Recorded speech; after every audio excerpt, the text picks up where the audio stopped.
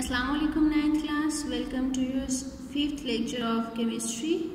I hope you will be fine with the grace of Allah. Today our topic is covalent bond. आज बच्चों हम study करेंगे कि covalent bond क्या होता है और कैसे बनता है, किन एलिमेंट्स के दरमियान बनता है और इसकी टाइप्स कौन कौन सी हैं। Okay, open your book page 61। Book page 61 पे बेटा ये आपका टॉपिक है कोवलेंट बॉन्ड। तो स्टार्ट करते हैं कि कोवलेंट बॉन्ड जो है वो किन एटम्स के दरमियान बनता है और ये किस तरह से बनता है। Okay, first of all we will define the covalent bond कि ये कैसे बनता है। It is formed by the mutual sharing of electrons. इससे पहले हमने बच्चों आयोनिक बॉन्ड पढ़ा था, जो हमने पढ़ा था कि आयोनिक बॉन्ड जो है वो इलेक्ट्रॉन्स के एक एटम से दूसरे एटम को कम्प्लीटली ट्रांसफ़र हो जाने से बनता है। लेकिन जो कोवलेंट बॉन्ड है उसमें इलेक्ट्रॉन्स जो हैं वो ना ही कोई एटम कम्प्लीटली किसी को ट्रांसफ़र होते हैं और ना ही कोई एटम इलेक्ट्रॉन्स को डोनेट करता है, बल्कि दो एटम जब आपस में केमिकल बॉन्ड बनाते हैं तो वो क्या करते हैं, इलेक्ट्रॉन्स को म्यूचुअली शेयर करते हैं। इक्वली दोनों एटम्स जो हैं वो इलेक्ट्रॉन्स को शेयर कर लेते हैं और उनके दरमियान जो केमिकल बॉन्ड बनता है उसको हम कहते हैं कोवलेंट बॉन्ड। अब बेटा जो पीरियोडिक टेबल है वो आप स्टडी कर चुके हैं कि पीरियोडिक टेबल में ग्रुप 1 से लेके 18 तक ग्रुप मौजूद होते हैं और जो कोवलेंट बॉन्ड है ग्रुप 13 से लेके ग्रुप 17 तक के जो एलिमेंट्स हैं वो जब आपस में एक दूसरे के करीब आते हैं तो उनके दरमियान जो बॉन्ड बनता है वो कोवलेंट बॉन्ड बनता है। अब ये किस तरह से बनता है कि जब भी कोई से दो एटम जो हैं जो कि अनस्टेबल हैं और वो स्टेबिलिटी गेन करने के लिए केमिकल बॉन्ड बनाने के लिए एक दूसरे के करीब आते हैं तो टू टाइप्स की फोर्सेस बच्चों उसमें डिवेलप होती हैं, a attractive forces and repulsive forces. Attractive forces कहाँ पे डिवेलप होंगे कि एक एटम के इलेक्ट्रॉन्स के दरमियान और दूसरे एटम के न्यूक्लियस के दरमियान जो फोर्सेस डिवेलप होंगी वो अट्रैक्टिव फोर्सेस होंगी। इसी तरह अगर एक एटम और दूसरे एटम के शेल्स में जो इलेक्ट्रॉन्स मौजूद हैं उनके दरमियान अगर फोर्सेस मौजूद हों तो बच्चों वो रिपल्सिव फोर्सेस होंगे, क्योंकि इलेक्ट्रॉन पे सेम चार्ज होता है माइनस चार्ज और सेम चार्जेस एक दूसरे को रिपेल करते हैं। तो यहाँ पे रिपल्सिव फोर्सेस डिवेलप होंगी अगर इलेक्ट्रॉन एक दूसरे के करीब होंगे। उसी टाइम पे इलेक्ट्रॉन और दूसरे एटम के न्यूक्लियस के दरमियान अट्रैक्टिव फोर्सेस भी मौजूद होती हैं। और अगर जो केमिकल बॉन्ड है वो कब बनेगा, जब ये अट्रैक्टिव फोर्सेस जो हैं ये डोमिनेट हो जाएंगी और ये जो रिपल्सिव फोर्सेस हैं ये वीक होंगी। जब अट्रैक्टिव फोर्सेस डोमिनेट हो जाएंगी तो इनके दरमियान का जो डिस्टेंस है एटम्स के दरमियान वो कम हो जाएगा और केमिकल बॉन्ड बन जाएगा और उसके केमिकल बॉन्ड को हम कहेंगे कोवलेंट बॉन्ड। और जब रिपल्सिव फोर्सेस डोमिनेंट हो जाएंगी तो फिर जो केमिकल बॉन्ड है वो नहीं बनेगा और एटम्स जो है वो एक दूसरे को रिपेल करेंगे और दूर चले जाएंगे। इनके दरमियान का डिस्टेंस जो है वो ज़्यादा हो जाएगा और केमिकल बॉन्ड नहीं बनेगा। अब हम एग्जाम्पल देखते हैं। First of all for example chlorine के आउटर मोस्ट शेल में 7 इलेक्ट्रॉन होते हैं। इसी तरह एक और क्लोरीन एटम है जिसके आउटर मोस्ट शेल में 7 इलेक्ट्रॉन होते हैं। ये दोनों क्लोरीन इनको अपना ऑक्टेट कंप्लीट करने के लिए 8 इलेक्ट्रॉन्स की ज़रूरत है। तो ये क्या करते हैं, ये क्लोरीन जो है वो ना ही एक दूसरे को इलेक्ट्रॉन ट्रांसफ़र कर सकते हैं और ना ही ये एक्सेप्ट कर सकते हैं, क्योंकि इनकी इलेक्ट्रोनेगेटिविटी जो है वो सेम है, दोनों सेम एटम है। तो भी क्या होगा कि ये दोनों अपना एक एक इलेक्ट्रॉन जो है वो शेयर कर लेंगे, म्यूचुअल शेयरिंग कर लेंगे। इस तरह दोनों के ऑक्टेट कंप्लीट हो जाएंगे और ये खुद को स्टेबलाइज कर लेंगे। तो दोनों क्लोरीन के वैलेंस शेल में 1 इलेक्ट्रॉन है, दोनों ये इलेक्ट्रॉन्स जो हैं इनको शेयर कर लेंगे और यहाँ पे बॉन्ड बन जाए। इसी तरह HCl हाइड्रोजन क्लोराइड एक कंपाउंड है जो इनके दरमियान भी कोवलेंट बॉन्ड बनता है ये इलेक्ट्रॉन्स की म्यूचुअल शेयरिंग से।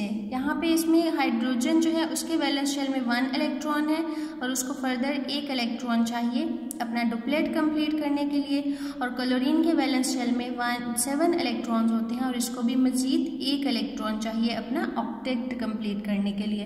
तो ये क्या करते हैं, क्लोरीन जो है वो हाइड्रोजन के साथ अपना ये 1 इलेक्ट्रॉन जो है वो शेयर कर लेता है और शेयरिंग से क्या होगा कि हाइड्रोजन का डुप्लेट और क्लोरीन का ऑक्टेट जो है वो कंप्लीट हो जाएगा और दोनों केमिकल बॉन्ड बन जाएगा इनके दरमियान और उस केमिकल बॉन्ड को हम कहते हैं कोवलेंट बॉन्ड। अब बच्चों हम इनके टाइप्स डिस्कस करेंगे one by one. Covalent bond की बच्चों 3 टाइप्स होती हैं, single covalent bond, double covalent bond and triple covalent bond. तो सबसे पहले हम देखते हैं कि बॉन्ड पेयर किसे कहते हैं। बॉन्ड पेयर बच्चों 2 बॉन्डिंग एटम्स के दरमियान जो इलेक्ट्रॉन्स बॉन्ड बनाते हैं, बॉन्ड बनाने के लिए जो इलेक्ट्रॉन्स एक दूसरे के साथ शेयरिंग करते हैं, उन इलेक्ट्रॉन्स को हम कहते हैं बॉन्ड पेयर। पेयर मीन्स के 2 इलेक्ट्रॉन्स का पेयर, और बॉन्ड मीन के दोनों एक दूसरे के साथ जो केमिकल बॉन्ड बना रहे हैं वो होगा बॉन्ड पेयर। तो अब हम देखते हैं सिंगल कोवलेंट बॉन्ड। तो सिंगल कोवलेंट बॉन्ड को बेटा 2 एटम्स के दरमियान सिंगल लाइन से जाहिर किया जाता है। और सिंगल कोवलेंट बॉन्ड कब बनता है, जब 2 बॉन्डिंग एटम्स एक एक इलेक्ट्रॉन जो है वो शेयर करते हैं, तो उसको हम कहते हैं single covalent bond. For example 2 hydrogen atoms हैं, दोनों हाइड्रोजन के पास 1 इलेक्ट्रॉन है, तो ये अपने 1 इलेक्ट्रॉन को जब शेयर कर लेंगे तो इनके दरमियान एक बॉन्ड पेयर मौजूद होगा। तो एक bond pair, single bond pair जब मौजूद होगा तो ये सिंगल कोवलेंट बॉन्ड होगा, और इसको हम सिंगल लाइन से रिप्रेजेंट करेंगे, और इसको हम H2 भी राइट कर सकते हैं। यह हाइड्रोजन गैस है। इसी तरह एक और कंपाउंड है CH4, मीथेन जिसे कहते हैं। तो इसमें बेटा कार्बन के पास इसके वैलेंस शेल में 4 जो हैं वो इलेक्ट्रॉन्स मौजूद होते हैं। तो ये उन 4 इलेक्ट्रॉन्स को ना ही लूज कर सकती है और ना ही 4 इलेक्ट्रॉन्स को गेन करने की इसके पास एबिलिटी होती है। तो ये कार्बन क्या करती है कि अपने ऑक्टेट को कंप्लीट करने के लिए ये 4 हाइड्रोजन के साथ सिंगल बॉन्ड बना लेती है। जैसे कार्बन के पास 4 वैलेंस इलेक्ट्रॉन्स हैं, ये जो ब्लू कलर में नज़र आ रहे हैं। इसी तरह हाइड्रोजन के पास 1 इलेक्ट्रॉन होता है वैलेंस शेल में, तो कार्बन जो है वो हाइड्रोजन के साथ अपना 1 इलेक्ट्रॉन शेयर कर लेगा 4 हाइड्रोजन के साथ। इसी तरह 4 बॉन्ड पेयर्स बन जाएंगे, सिंगल बॉन्ड पेयर्स। तो इन बॉन्ड पेयर्स को फिर हम रिप्रेजेंट कर देंगे सिंगल लाइन से, तो ये होगा single covalent bond. I hope this is clear. अब हम देखते हैं डबल कोवलेंट बॉन्ड क्या होता है। सिंगल कोवलेंट बॉन्ड बच्चों, जब सिंगल बॉन्ड पेयर जो है वो म्यूचुअल शेयरिंग होगी और सिंगल बॉन्ड पेयर बनेगा, और जब 2 बॉन्ड पेयर्स बनेंगे 2 एटम्स के दरमियान, तो उसको हम कहते हैं double covalent bond.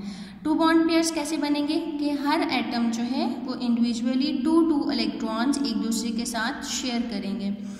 Single covalent bond में हर एटम ने 1 इलेक्ट्रॉन शेयर किया, जबकि डबल कोवलेंट बॉन्ड में हर एटम जो है वो 2 इलेक्ट्रॉन्स शेयर करेंगे और 2 बॉन्ड पेयर्स बनेंगे।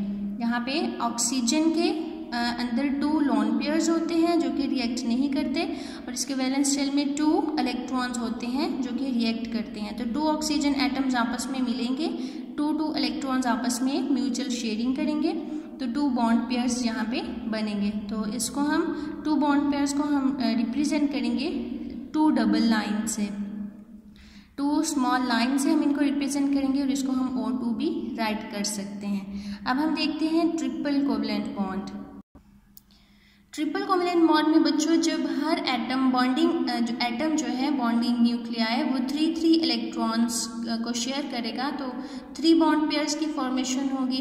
तो जो केमिकल बॉन्ड बनेगा उसको हम कहेंगे ट्रिपल कोवलेंट बॉन्ड। यहाँ पे नाइट्रोजन एटम है, और नाइट्रोजन के वैलेंस शेल में 5 इलेक्ट्रॉन्स होते हैं, तो एक उनमें से लोन पेयर होगा, तो 3 इलेक्ट्रॉन्स जो होते हैं वो दूसरे एटम्स के साथ शेयरिंग करते हैं और अपना ऑक्टेट कंप्लीट कर लेते हैं।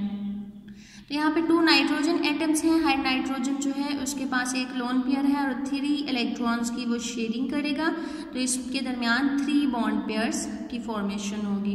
तो 2 नाइट्रोजन एटम्स आपस में मिलके 3 इलेक्ट्रॉन्स शेयर करेंगे, तो इनके दरमियान 3 बॉन्ड पेयर्स बन जाएंगे। तो इसको हम कहते हैं ट्रिपल कोवलेंट बॉन्ड, और इसको हम रिप्रेजेंट करते हैं 3 स्मॉल लाइन से, इसको N2 भी राइट कर सकते हैं।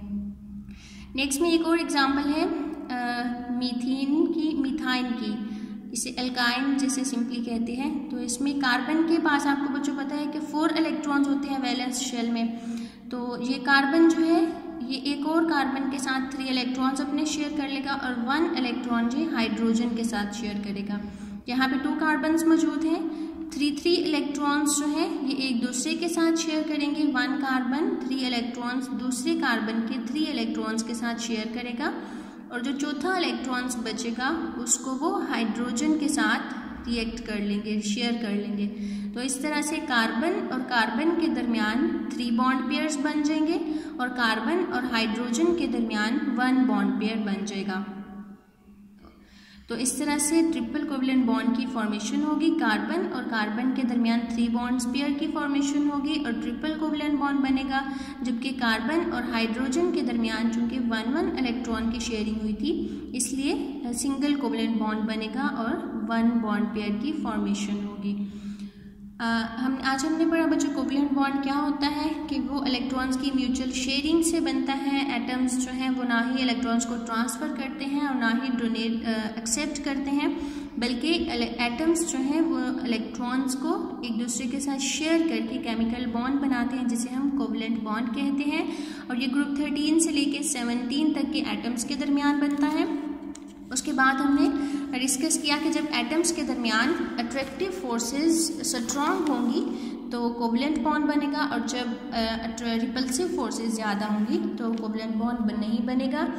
और हमने इसके अलावा बॉन्ड पेयर डिस्कस किया कि जो बॉन्डिंग इलेक्ट्रॉन्स होते हैं उनको बॉन्ड पेयर कहते हैं और उसके टाइप्स हैं सिंगल कोवलेंट बॉन्ड कि जब 1 इलेक्ट्रॉन की शेयरिंग होगी तो सिंगल कोवलेंट बॉन्ड बनेगा, जब 2 इलेक्ट्रॉन्स एक दूसरे के साथ एटम्स शेयर करेंगे तो डबल कोवलेंट बॉन्ड बनेगा और जब 3 एटम्स की शेयरिंग होगी 3 बॉन्ड पेयर्स बनेंगे तो ट्रिपल कोवलेंट बॉन्ड बनेगा। आई होप कि आज का लेक्चर बहुत अच्छे से क्लियर होगा। इसको आपने अच्छी तरह से लर्न करना है और राइट भी करना है, प्रैक्टिस करनी है और इसके अलावा भी आपने एग्जांपल्स राइट करके सिंगल, डबल और ट्रिपल कोवलेंट बॉन्ड बनाने हैं। थैंक यू, अल्लाह हाफिज़।